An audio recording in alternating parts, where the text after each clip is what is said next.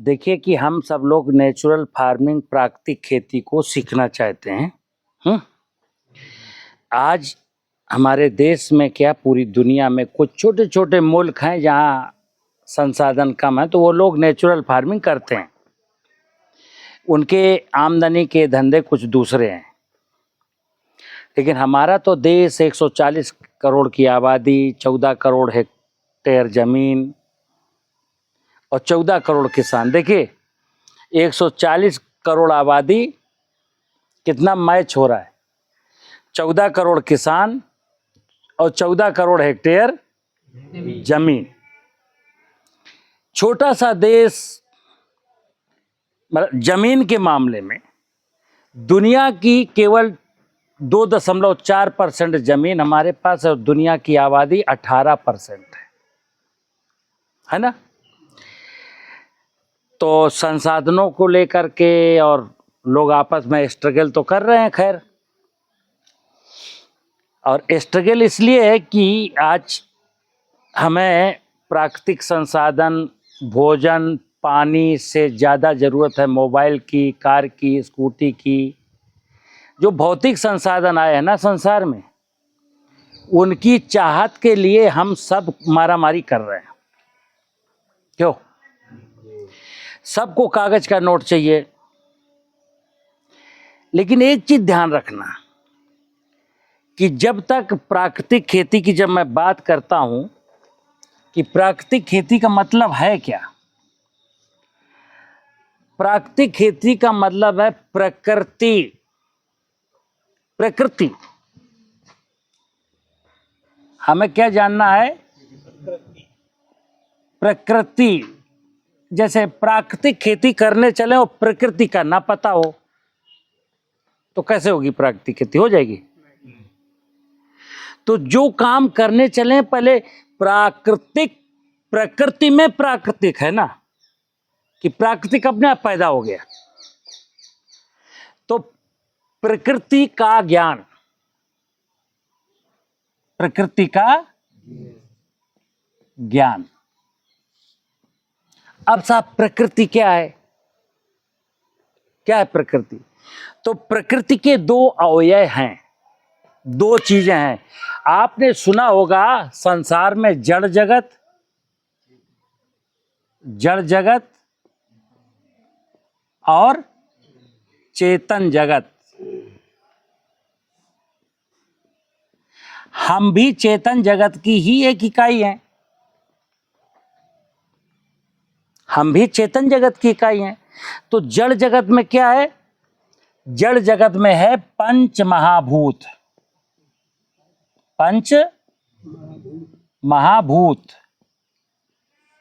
पंच महाभूत का मतलब क्या होता है? भूमि, गगन, वायु, अग्नि, नीर। यानी कि पंच महाभूत की बात करें तो पंच महाभूत का मतलब है भगवान। अब देखिए ये कितना बड़ा सत्य है जो दुनिया की नजरों से ओझल है। कोई इस सत्य पर बोलता नहीं है खुल के, क्योंकि अगर ये सत्य, भगवान का ये सत्य सबके सामने आ जाएगा तो ना जाने कितने लोगों के धंधे बंद हो जाएंगे। तो जड़ जगत पंच महाभूत का ये, भगवान का ये, यही संसार का सत्य है मानव जीवन के लिए। हालांकि सत्य तो कहेंगे कि इस भूमंडल के बाद, इस गैलेक्सी के बाद एक और गैलेक्सी है, एक और है, अनगिनत है। अरे तुम क्या जानते हो? अरे हमें क्या जानने की जरूरत है? जहां मैं रहता हूं मैं उसको तो पहले जानूं, ठीक है ना। हमको जो पालता है पहले उसको ना जानूं मैं, साला तुम दूसरी गैलेक्सी में लिए जा रहे हो हमको। ये बेमतलब की कहानी है कि नहीं? जैसे उन्होंने कहा चंद्रमा में प्लॉटिंग हो रही है। अरे यार, भगवान ने हमको ये धरती रूपी ग्रह दिया था कि भाई यहाँ तुम तमीज से रहो, तो यहाँ तमीज से नहीं रहा, इसको खराब कर दिया। अब क्या हसीन सपने, आप चंद्रमा पर चलेंगे, कौन जाएगा? ले कौन जाएगा? बोलो। चंद्रमा पर वो बात अलग है कि एक आदमी यार यात्रा कराया, लेकिन 40 करोड़ लोगों को, मैंने कहा 100 करोड़ को तो हम यहीं छोड़ देंगे, 40 करोड़ लोगों को चंद्रमा में कौन ले जाएगा? कैसी यार निचट बेवकूफी की बात है। यहीं रहो ना, यहीं मंगल करो। तो देखिए, जड़ जगत को हम पंचमहाभूत कहें या भगवान कहें या सत्य कहें। अब चेतन जगत में क्या है? चेतन जगत में है वनस्पति जगत और जीव जगत, यानी 84 लाख योनियों के जीव जंतु। ये क्या है? ये चेतन है। इसको चेतन कहिए या सनातन कहिए। सनातन क्यों कहते हैं? सनातन एक ऐसा शब्द है जो उसके कई मायने हैं। सनातन, सनातन और सनातन और प्राचीन और प्राचीन और प्राचीन, सबसे प्राचीन। जब मनुष्य इस धरती पर नहीं था तो क्या था? क्योंकि हम देखिए, आप परमात्मा ने ये जड़ जगत की रचना की, कब की, कैसे की, वो ईश्वर जाने, हमें नहीं पता, और पता किसी को नहीं है। कयास लगाना बात अलग है, लेकिन ये तय है कि अगर इस संसार में सब कुछ ईश्वर की कृपा से हो रहा तो ईश्वर यहाँ कहीं है। तो ईश्वर ने जड़ जगत बनाया, फिर भगवान से कहा कि तुम इस संसार को खूबसूरत बनाने के लिए तुम चेतन जगत की रचना करो। तो काई से लेके बरगद का पेड़, चींटी से लेके हाथी तक सब 84 लाख योनियां बन गई। इनको बनने में लगे 3.5 करोड़ साल। तब मनुष्य का जन्म हुआ। किसका? और मनुष्य से ईश्वर ने या भगवान ने जिस जीव को बनाया उसको एक दायित्व सौंपा कि तितली तुमको ये काम है, किचुआ तुमको ये काम है, चिड़िया तुमको ये काम है, सबका, वनस्पतियों तुम्हारा ये काम है। इंसान को भी एक काम सौंपा, क्या? कि ये मैंने जो बगिया बनाई है खूबसूरत, तुम इस बगिया के माली हो और बस यहाँ माली बन के रहना और आनंद का जीवन जीना। तो बहुत दिनों तक हमारे फोर फादर सतयुग में, त्रेता में, द्वापर में, बहुत समय तक बहुत अच्छे से इस धरती पर रहे। तो इस धरती ने उनको कभी धोखा नहीं दिया, भगवान ने कभी धोखा नहीं दिया। वो आपस की मार काट बात अलग है, सुनना मेरी बात। मनुष्य से लड़ करके मर गया, कट गया, वो बात अलग है। लेकिन प्रकृति ने, भगवान को ने कभी किसी को धोखा नहीं दिया। आज प्रकृति धोखा दे रही है, धोखा प्रकृति नहीं दे रही है। मैंने प्रकृति के साथ जो किया है उसका दुष्परिणाम हमको मिल रहा है। और हमारी फितरत देखिए, आज अगर कोई अतिवृष्टि हो जाए, सूखा पड़ जाए, ओला गिर जाए, भूकंप आ जाए, लैंड स्लाइडिंग हो जाए, तो क्या कहता है इंसान? दैवी आपदा आ गई। अब इससे पूछो बेवकूफों से कि अपने द्वारा किए गए कुकर्मों का ठीकरा भी ये भगवान यानी देवताओं के मत्थे मड़ रहा है। ये हमारी पागलपन की पराकाष्ठा है कि कुकर्म करें हम और नाम लगा दें ये देवताओं ने किया। अब बात आती किसानी की, खेती की, हमको क्या करना? देखिए, हमारा जीवन यहीं कहीं है। खेती करते समय हम बीज कहां बोएंगे? धरती में। और क्या बोएंगे? बीज। धरती में क्या बोया? इसी का नाम खेती है। धरती क्या है? शिव। और बीज से जो फसल होने वाली वो क्या है? मां पार्वती। अब सुनना, वेदों में 2 चीजें कहते हैं ना, एक है साधे सब सदे, सब साधे सब जाए। ज्ञान ज्ञान एक्चुअली इतना सरल है, अगर मैं ज्ञानी बनना चाहूं तो कुछ नहीं है। कहते हैं ना कि गणेश जी ने अपने माता पिता की परिक्रमा कर ली। सुनना, गणेश का मतलब कोई व्यक्ति नहीं, गणेश का मतलब ज्ञान है। पुरुष, तुम कर लो माता पिता की परिक्रमा, तुम ज्ञानी, तुम गणेश बन जाओ। गणेश का मतलब है कि जो व्यक्ति, सुनना, अपने आदि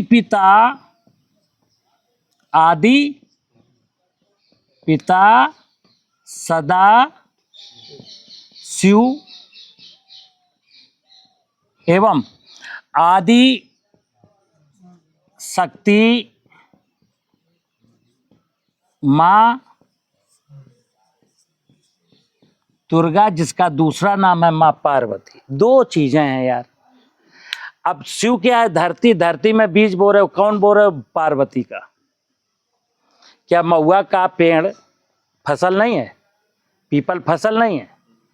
जितनी भी वनस्पतियां हैं वो सब मां पार्वती का प्रतिनिधित्व करती हैं, या मां पार्वती वहीं रहती हैं, या यूं कह लो जितनी धरती के ऊपर हरियाली है वो सब आदि शक्ति मां दुर्गा हैं। और हरियाली है किसके ऊपर? शिव के ऊपर है, जो परम पिता शिव है। और हम सब परम पिता शिव की संतानें हैं। यानी मेरे कारोबार की जब बात आती है, भोजन की, पानी की, हवा की, तो कौन देता है? भोजन कहाँ से आता है? माँ पार्वती से। गेहूं का पौधा, चने का पौधा, अमरूद का पौधा, केले का पौधा, क्या? माँ पार्वती है। कहाँ? धरती में, आदि पिता शिव। आज हम माँ पार्वती को और सदा शिव को नष्ट कर रहे हैं, ठीक है ना? तो ये तो हुई दो चीज है। अब तीसरी चीज क्या है? मैंने कहा अंदर क्लास में, अब फिर बोल रहा हूं, एक बात ध्यान रखना कि भगवान और भगवान की व्यवस्था, क्या? इतनी चीजें हैं संसार में। हमें क्या जानना ज्ञानी बनने के लिए? एक तो अब देखिए, ये क्या है? जड़ जगत क्या है? भगवान। चेतन जगत क्या है? भगवान की व्यवस्था, ठीक है ना? तो भगवान एवं भगवान की व्यवस्था के साथ परस्परता में मिलकर के जुल कर के प्यार से रहने की आर्ट क्या कहलाती है? जीवन जीने की कला। इसके साथ मिलकर के खेती करने को क्या कहते हैं? प्राकृतिक खेती। और जो जड़ जगत और चेतन जगत के साथ परस्परता में मिलकर के जीता है, उस पर भगवान की अनुकंपाएं, ईश्वर की अनुकंपाएं बरसती हैं। जो जड़ जगत को, चेतन जगत को नष्ट करता है, उस आदमी के जीवन की कोई भी मुश्किल का समाधान होने वाला नहीं है। तो हम कहते हैं, बोलो सत्य सनातन धर्म की। अब देखना, जड़ जगत सत्य हुआ। जड़ जगत क्या है? चेतन जगत क्या है? और धर्म क्या है? अब समझ में आया? जैसे कुछ लोग कहते हैं, बेटा धर्म के मार्ग पर चलो, धर्मो रक्षति रक्षता। धर्म है क्या? धर्म है कि सत्य और सनातन के साथ मनुष्य को जो करना है वो धर्म है। सत्य एवं सनातन के साथ जो मुझे करना चाहिए वो धर्म है, और जो नहीं करना चाहिए करते हैं वो अधर्म है। सत्य सनातन की जानकारी ही ज्ञान है, जानकारी नहीं है तो अज्ञान है।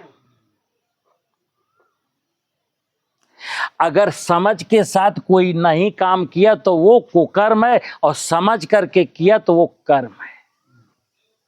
कर्मों का फल ही मीठा निकलेगा। लिखा गया ना कि कर्मों का फल, लेकिन कुकर्मों का फल। अब समस्या ये है कि लोगों ने जो अधर्म है उसको धर्म बता दिया, जो कुकर्म है उनको कर्म बता दिया, जो असत्य है उसको सत्य बता दिया, जो अंधकार है उसको प्रकाश बता दिया। ऐसा क्यों किया गया? क्योंकि उनकी दुकानें चलती रहे। अब बात खेती में करता हूं। खेती का सत्य क्या है कि आपकी जो जमीन है, भूमि, उसमें जीवांश कार्बन या ह्यूमस 1% से अधिक बना रहे तो क्या है? अब देखना, अगर हमारी जमीन में ह्यूमस की मात्रा, जीवांश कार्बन की मात्रा 1% से अधिक होगी तो आपको कोई भी केमिकल फर्टिलाइजर नहीं डालना। फसलें, जो लोग भ्रम फैलाते हैं ना कि अगर हमने प्राकृतिक खेती शुरू की तो भाई साहब देश फिर भूखों मरने लगेगा, ये जानते हो कौन लोग हैं? या तो अज्ञानी हैं, या तो अज्ञानी है, इनको धेले भर का ज्ञान नहीं है, या ये फर्टिलाइजर कंपनियों के, पेस्टिसाइड कंपनियों की दलाली करते। तो आपको डराते रहते हैं कि अगर आपने प्राकृतिक खेती शुरू की तो उत्पादन गिर जाएगा। कैसे गिर जाएगा? जमीन में आज जीवांश कार्बन 0.3% है, ठीक है ना? जैसे ये 1% आएगा तो क्या होगा? धरती के पास अपनी फसल को भोजन देने की सामर्थ्य बढ़ गई। अब फर्टिलाइजर नहीं मांगेगी। धरती जब स्वस्थ हो गई तो फसल में कोई बीमारी नहीं लगेगी। धरती में पानी को सोखने की, रोकने की इतनी सामर्थ्य बढ़ गई कि अब फसल सिंचाई नहीं मांगेगी। और इसके बाद जीवांश कार्बन बढ़ने के बाद जो उपज आएगी वो अधिक आएगी। उपज अधिक, स्वाद अधिक और पौष्टिकता अधिक। आज क्या है? भोजन में स्वाद है? नहीं। पौष्टिकता है? नहीं। और जानते हो क्या है? ये सब एक प्रायोजित अभियान है। जमीन जब खराब होगी तो फर्टिलाइजर बिकेंगे, जमीन के जीवाणु जब मरेंगे तो बीमारियां लगेंगी तो फंजीसाइड बिकेंगे, बायोडाइवर्सिटी जब खराब होगी तो कीड़े लगेंगे, इंसेक्टिसाइड बिकेंगे, मैकेनाइजेशन जब आएगा तो बैल भैंस से दोस्ती कम रह जाएगी, ट्रैक्टर से खेती होगी तो गैया भैंसिया के लिए खरपतवार कौन उखाड़े, तो बीडीसाइड बिकेगा। और जब जमीन खराब होगी, उसकी वाटर होल्डिंग कैपेसिटी कम हो जाएगी तो बोरिंग का सामान बिकेगा। और हम दुनिया में राज करेंगे। किसान पागलों की तरह बाजार में जो भी कमाया था वो पैसा जेब में डाल के, झोला लेके पागलों की तरह घूमेगा और हम उसका गाड़ी कमाई का पैसा सब। इसलिए मैं निवेदन करता हूं कि किसान दुनिया को पाल सकता है, पालता आया है, पाल रहा है और यही पालेगा। लेकिन आज किसान के अस्तित्व पर संकट है। किसान की क्या मुश्किल है? किसान की आज की जो मुश्किल है वो ये है कि फसलों की उत्पादन लागत इतनी ज़्यादा हो गई है कि घाटे का और मुनाफे का फासला बहुत कम रह गया है। समझना, लागत इतनी बढ़ गई है कि घाटे का और मुनाफे का फासला बहुत कम हो गया है। जब 100 रुपए लगाते हैं तो 130 रुपए मिलता है, तो 30 रुपए बचा। प्राकृतिक खेती में जाएंगे तो 30 रुपया लगाएंगे और 100 रुपया मिलेगा। उलट तो केवल जुताई का, बुआई का, कटाई का खर्चा है, ना फर्टिलाइजर, ना पेस्टिसाइड, ना पानी, कुछ नहीं।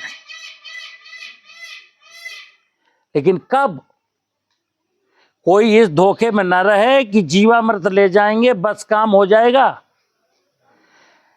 प्राकृतिक खेती का उद्देश्य क्या है कि धरती माता में जो ह्यूमस है उसको मैं बढ़ा करके 1% करूंगा, और ये काम बिना मां पार्वती के संभव नहीं है। पार्वती का मतलब है जितने खेतों की मेड़ों पर बड़े बड़े वृक्ष लगाएंगे, किसी भी खरपतवार को बीडीसाइड डाल के मारेंगे, नुकसान उठा लेंगे, थोड़ा सा समझेंगे, कोशिश करेंगे, गिरेंगे, लेकिन एक दिन समझ जाएंगे, और जब समझ जाएंगे तो दौड़ने लगेंगे। साल 2 साल 6 महीना 1 महीने का थोड़ा सा वक्त लगेगा समझने में। अगर ये थ्योरी समझ में आ गई तो बस किसान के जीवन में आनंद ही आनंद है। तो करना क्या है मित्र, अब ये जीवांश कार्बन कैसे बढ़ेगा?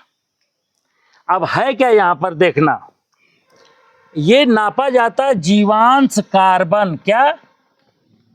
जीवांश कार्बन। अब है क्या इसकी वजह? देखिए, जैसे मैं कहता हूं कि ये ड्रम है, इस ड्रम में जीवामृत बनाना सिखाता हूं लोगों को रोजाना। आज फिर देश के किसान सुन लें। 200 लीटर का ड्रम लूंगा, उसमें मैं ये 1 बोतल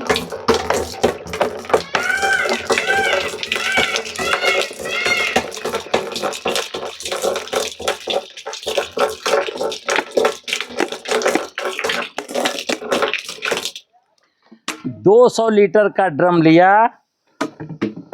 जीवामृत का कल्चर जामन इसमें डाल दिया, 200 लीटर पानी भर दिया। अब अगर ये 2 महीने में मुझको तैयार करना है तो 2 महीने में मैं इसको टोटल 28 किलो चीनी दूंगा, या टोटल 28 किलो गुड़ दूंगा, या 14 किलो चीनी 14 किलो आटा। डेली डंडे से हिलाऊंगा एक बार, और ये 60 दिन में। अब हमने कहा 28 किलो टोटल भोजन देना, 60 दिन में एक के बार दे दो 28 किलो,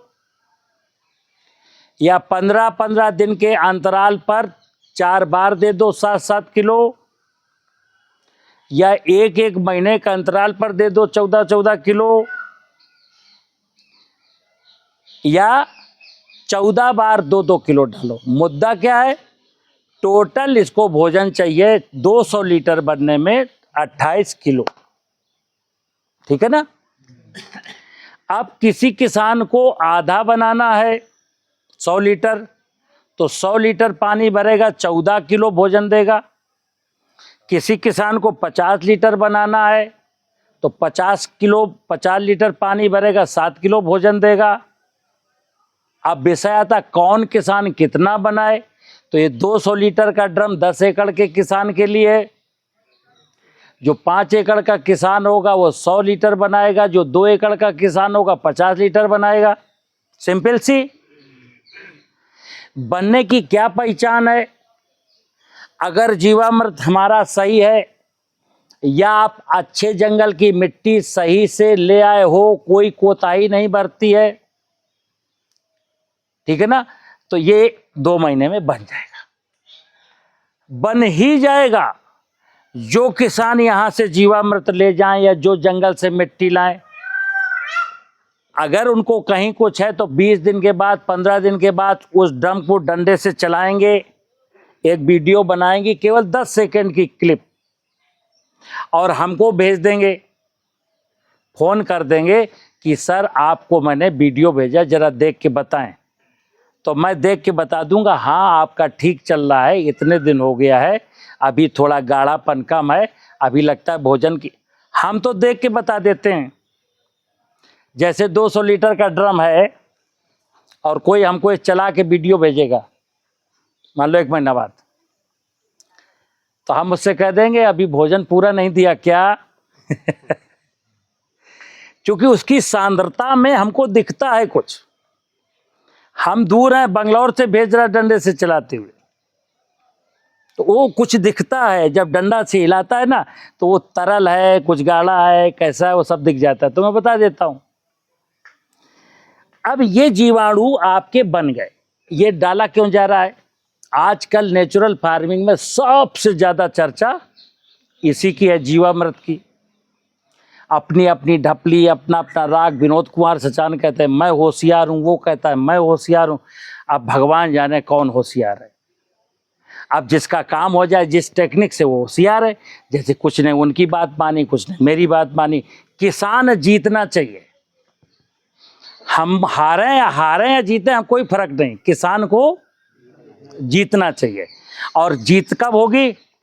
ज्ञान से होगी। मैंने फिर बोला, अभी बोला ना, सत्य और सनातन का ज्ञान, ये जीवामृत सत्य और सनातन के लिए बन रहा है, ध्यान रखना।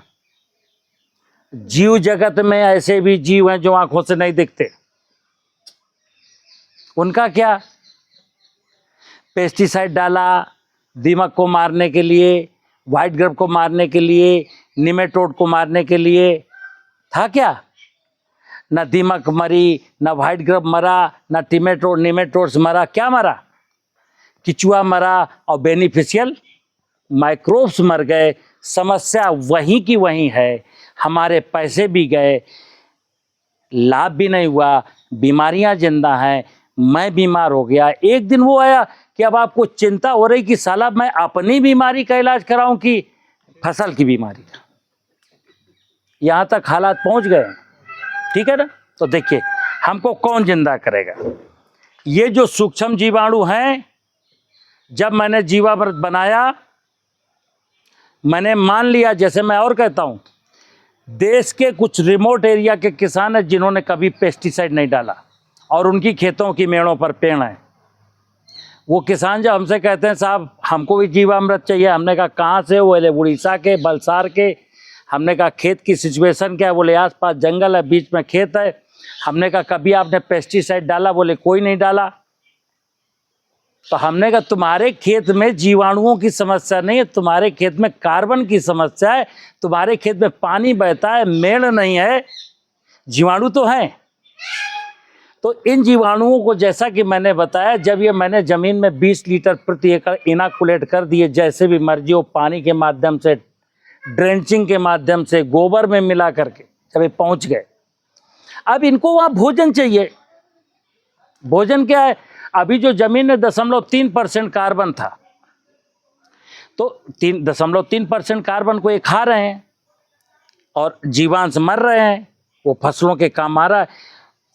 लेकिन कितने खाएंगे, कितने मरेंगे, डिपेंड करता है वहां कार्बन की वैल्यू पर।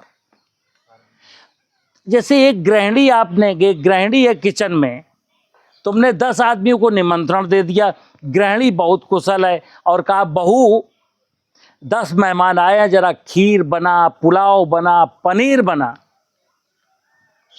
अरे यार, तुम्हारी किचन में 10 मेहमान बुलाने से पहले उससे पूछ लिए होते कि घर में 2 किलो पनीर है, पुलाव है? आइन टाइम अचानक बुला के बिठा दिया।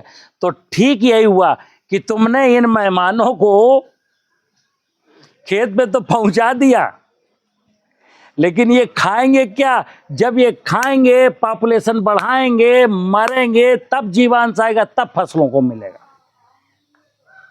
ठीक है ना। तो जीवामृत और कार्बन 2 चीजें हैं। जमीन में क्या चाहिए? कार्बन और जीवाणु। शिव जी की ये देना, धरती माता को जो इंडस्ट्री है, उससे दुनिया में बड़ी कोई इंडस्ट्री, शिव की इंडस्ट्री से बड़ी दुनिया में कोई इंडस्ट्री नहीं है जो संपूर्ण जीव जगत का लालन पालन करने की दम रखती है। बस शिव ने क्या कहा? वो कलम लाओ जरा, कहाँ गया कलम? लाल वाला लाओ, नीला नीला लाओ, नीला। देखना आप, ये धरती क्या है?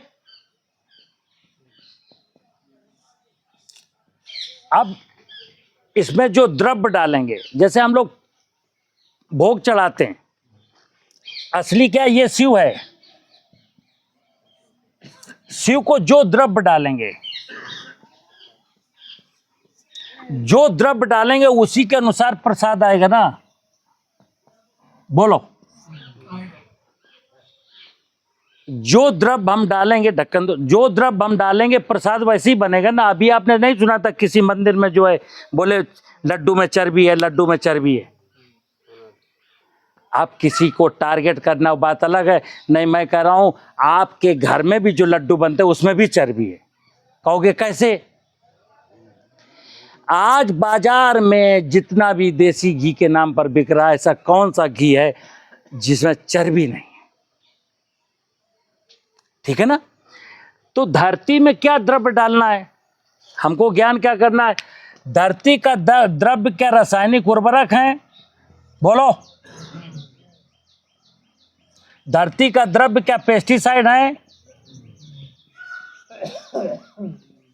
धरती का द्रव्य क्या है? कचरा। क्या? कचरा। धरती कहती, और समुद्र मंथन के बाद ऐसा संदर्भ है, भगवान शिव ने कहा कि तुम कचरा सब हमको दे जाओ। धरती को जब मैं कचरा दूंगा तो कचरे को, जो रॉ मटेरियल क्या है भोजन का? कचरा। और कचरे का प्रोसेस कौन करेगा? ये सूक्ष्म जीवाणु। तो अगर आपने जीवामृत डाल दिया और खेती में कचरा डाल दिया तो क्या हुआ? शिव की इंडस्ट्री अच्छी हो गई। अब शिव जो प्रसाद देगा वो आपकी सेहत भी बनाएगा, आपका मन भी साफ करेगा। अभी क्या दे रहे हैं हम? उसमें डाल रहे हैं द्रव्य के रूप में रासायनिक उर्वरक और पेस्टिसाइड।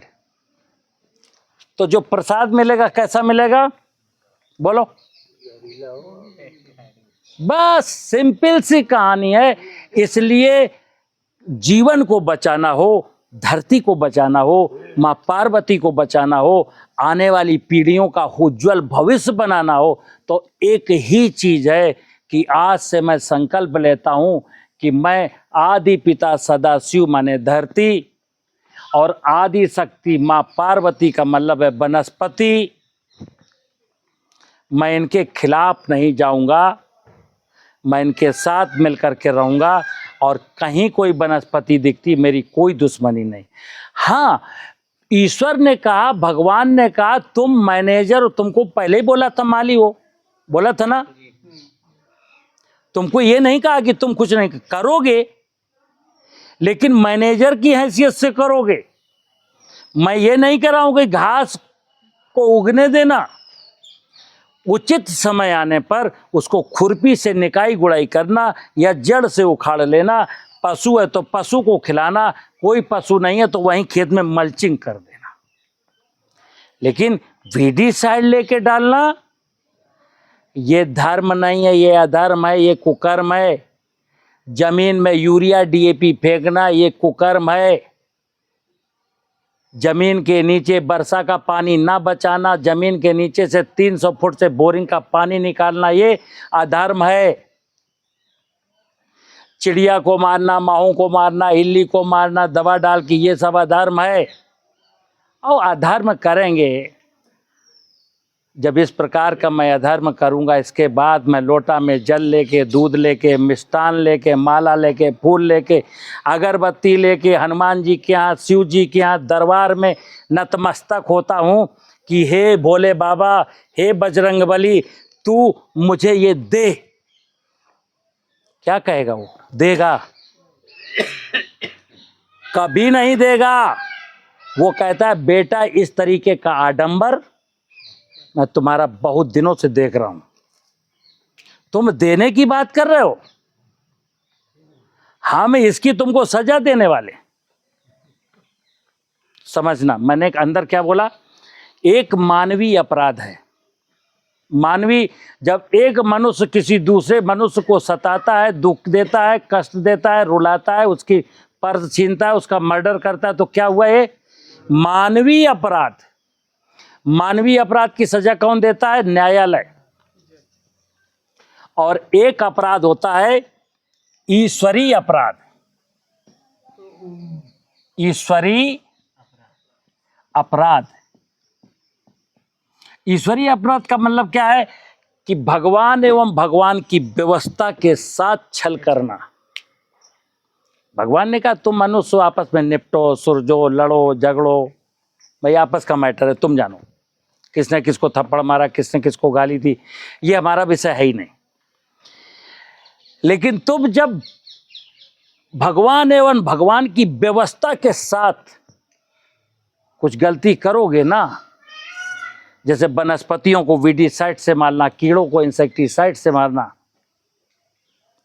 धरती पे 3 टक्का ट्रैक्टर चलाना, धरती की वर्षा का पानी ना बचाना, धरती के नीचे से छेद करके पानी निकालना, चूहे को मारना, सांप को मारना, बिच्छी को मारना, नील गाय को मारना, ये क्या है? ये कहलाते हैं ईश्वरीय अपराध।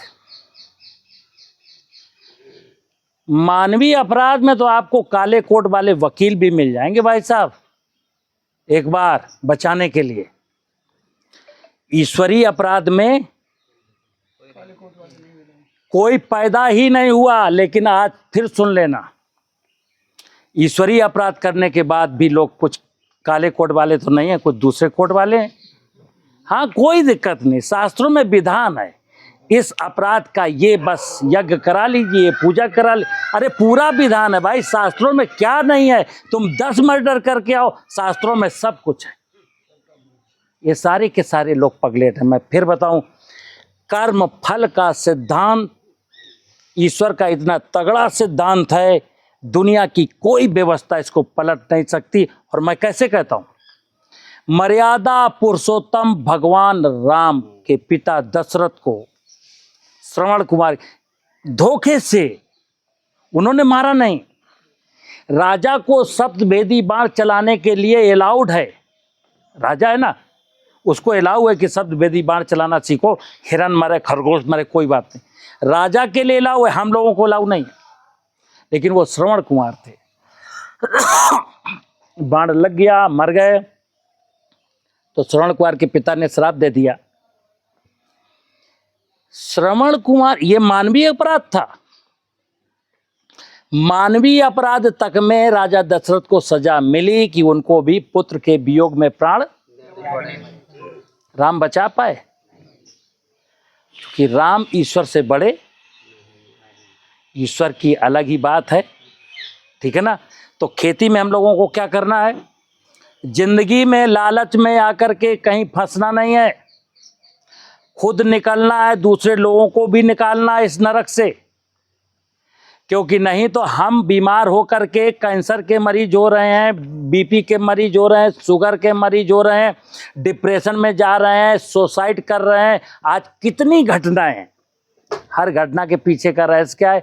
कि माँ बीमार है, मतलब आदि पिता सदाशिव, धरती बीमार है और माँ पार्वती बीमार है। जब धरती माँ कहते हैं ना, तो धरती का मतलब होता है शिव, माँ का मतलब होता है पार्वती, सिंपल सा है।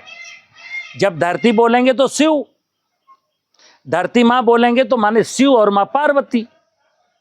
और अभी हम क्या, हम शिव को और पार्वती को अलग अलग कर दिए, लड़ाई करवा दिए कि हे शिव, अब ये वृक्ष नहीं, हम पेड़ सब काटेंगे, तो मैं अकेले रहना तो रहो है, क्योंकि ये पार्वती छाया मार रही है तुम्हारे ऊपर, पार्वती छाया मार रही है, तो मैंने पेड़ काट दिए। तो गर्मियों में क्या हुआ?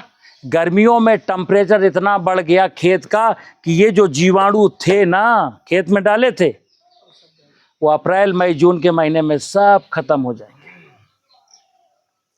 एक और चीज बता दूं, ये जीवामृत कैसे हम ड्यूरेबल बनाएं, कैसे टिकाऊ बनाए रखें, कैसे जिंदा रहे, कैसे, क्योंकि बहुत आर्ट है।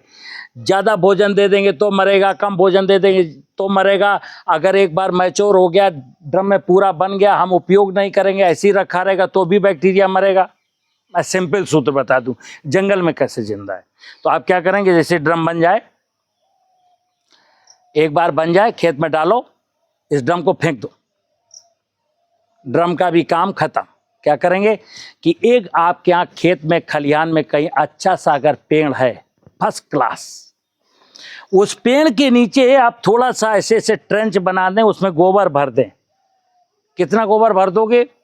अगर आप 10 एकड़ के किसान हो तो 12, 14, 15 कुंटल गोबर भर दो, डाल दो, और उसी में 15-20 लीटर ये छिनक दो, ढक दो, कैसे पत्तों से।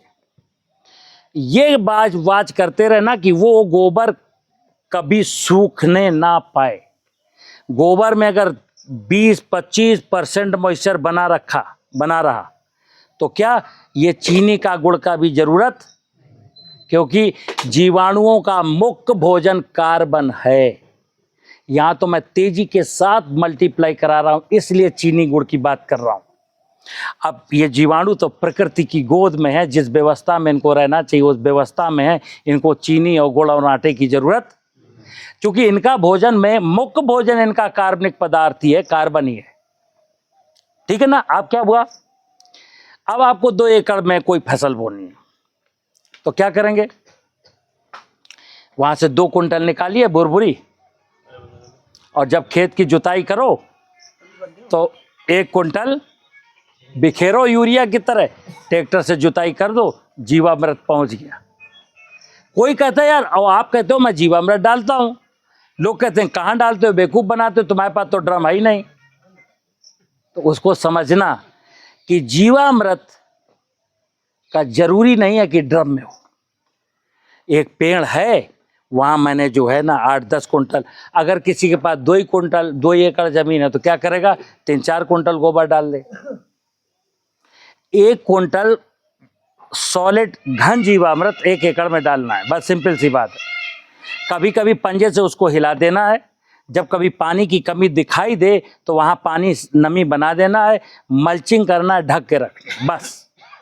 जीवाणु का कोई लफड़ा नहीं है, वो बिल्कुल नियम जैसे हम इसका साइंस रियलिटी क्या है, माइक्रोबायोलॉजी के डेवलप होने का, मतलब किसी भी जीवाणु के डेवलप होने का एग्जैक्ट साइंस तो किसी को नहीं पता, हमको भी नहीं पता एग्जैक्ट, लेकिन कौन सा जीवाणु कैसे बढ़ेगा, कैसे मरेगा, क्या होगा, इसका एग्जैक्ट विज्ञान प्रकृति को पता है।